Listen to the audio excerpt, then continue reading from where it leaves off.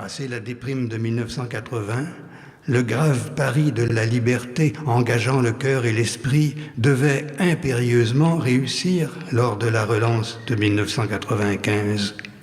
L'insuccès, trop tôt admis, assorti des assauts consécutifs du vainqueur sur la présomption démocratique, entraîna une fâcherie tournée pour finir contre le véhicule idéologique porteur du projet. Et pour une partie de la population élective, la rancune a conduit non seulement à une désaffection à l'égard des porte-paroles, mais à une saturation du discours, voire à un détournement, un reniement de l'identité.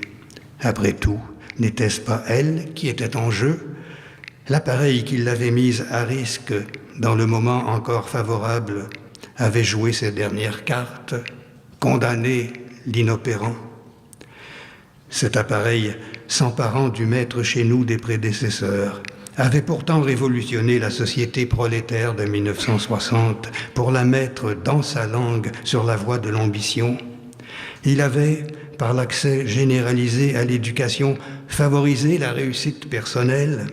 Il avait été ce véhicule de progrès accéléré pour une population de locataires. Le moi autosuffisant de la libre compétition devenu proprio, disposant de loisirs, le moi de la croissance personnelle délié de l'appartenance au groupe, le moi lyrique, est devenu sa propre centralité. Il aime se dire citoyen du monde sans qu'on sache trop ce que la chose implique, sinon d'atterrir dans n'importe quelle culture et sans complexe, puisqu'il le fait dans la langue de la gouvernance mondiale. Le colonisé, prenant rang chez le colonisateur, la fin du cycle. La question nationale, cependant, continue de se poser. Elle est primordiale. Question d'être, elle n'attend pas le retour du balancier.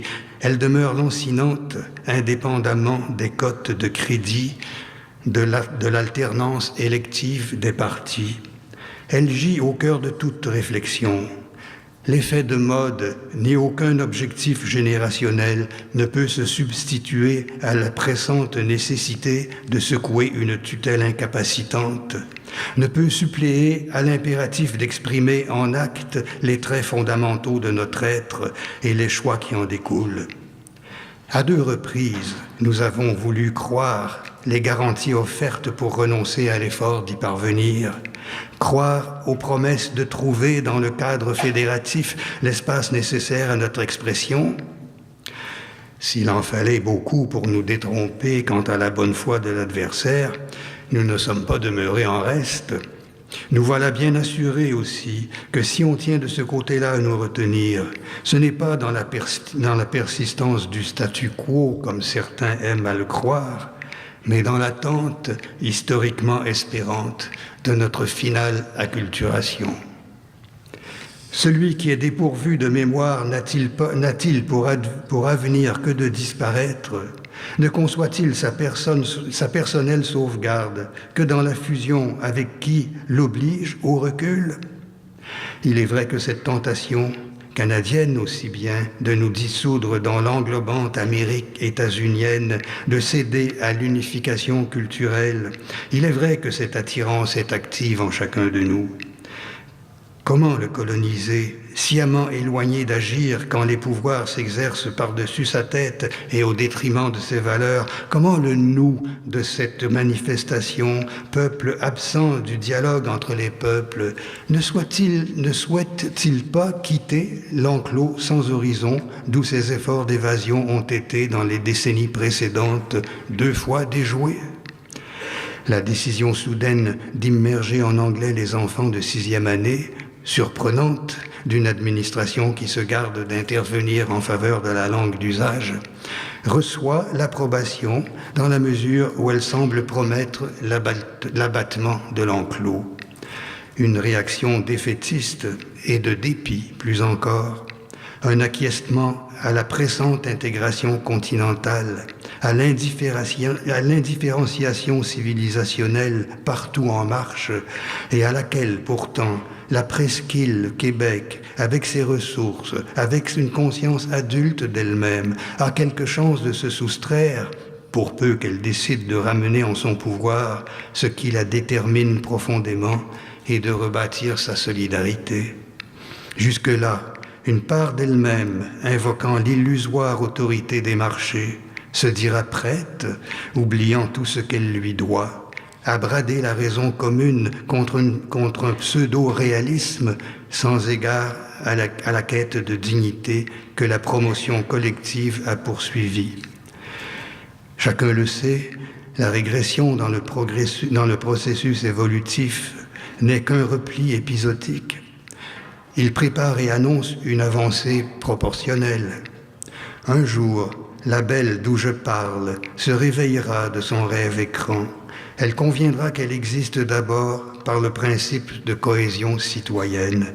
Elle se rappellera qu'elle loge les institutions qui l'ont faite, que c'est l'audace collective et l'intelligence politique qui lui ont valu une prospérité dont elle use de façon ostentatoire et déraisonnable en parvenue.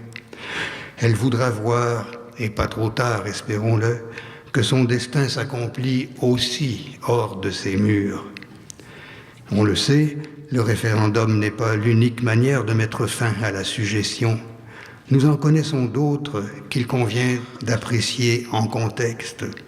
Il est frappant, par exemple, de noter qu'à l'encontre du discours de désaffection, la société applaudit à toute consolidation de l'être collectif. En ce sens, des mesures de renforcement comme celle d'instituer une citoyenneté recevraient un accueil favorable. Mais toute mesure positive accroît le risque, en aménageant notre enfermement, de le prolonger. À plus brève échéance, du reste, de semblables mesures sont vouées à se heurter au pouvoir de désaveu des instances qui ont barre sur nous. Un démenti juridique fréquemment opposé à ceux qui prétendent que la francité québécoise peut s'épanouir dans le régime actuel comme elle l'a fait dans la décennie de la Révolution tranquille. Bien sûr, il existe chez nos voisins une population éclairée. C'est celle à laquelle le précédent chef du bloc s'adressait avec tact afin de susciter quelques sympathies pour une juste cause. Mais la guerre d'Irak a pu nous faire voir que la pondération de jugement chez les nations qui montent au créneau ne prévient aucunement le déni de justice, ni même de vérité. Dans la crainte d'un retour déloyal contre l'émancipation en marche, il est plus pressé de nous assurer de l'appui du seul pays où la diplomatie canadienne et la presse qui lui sert de haut-parleur se voient contrebalancées par un préjugé en notre faveur.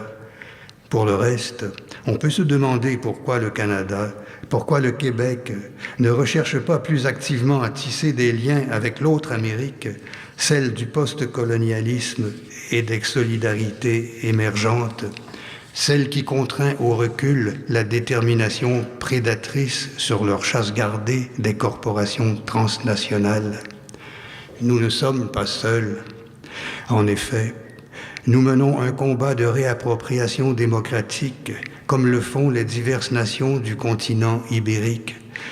Nous posons les bornes, comme peuple, d'un vouloir vivre conséquent avec les raisons d'être de ce « nous » qui nous rassemble. Merci.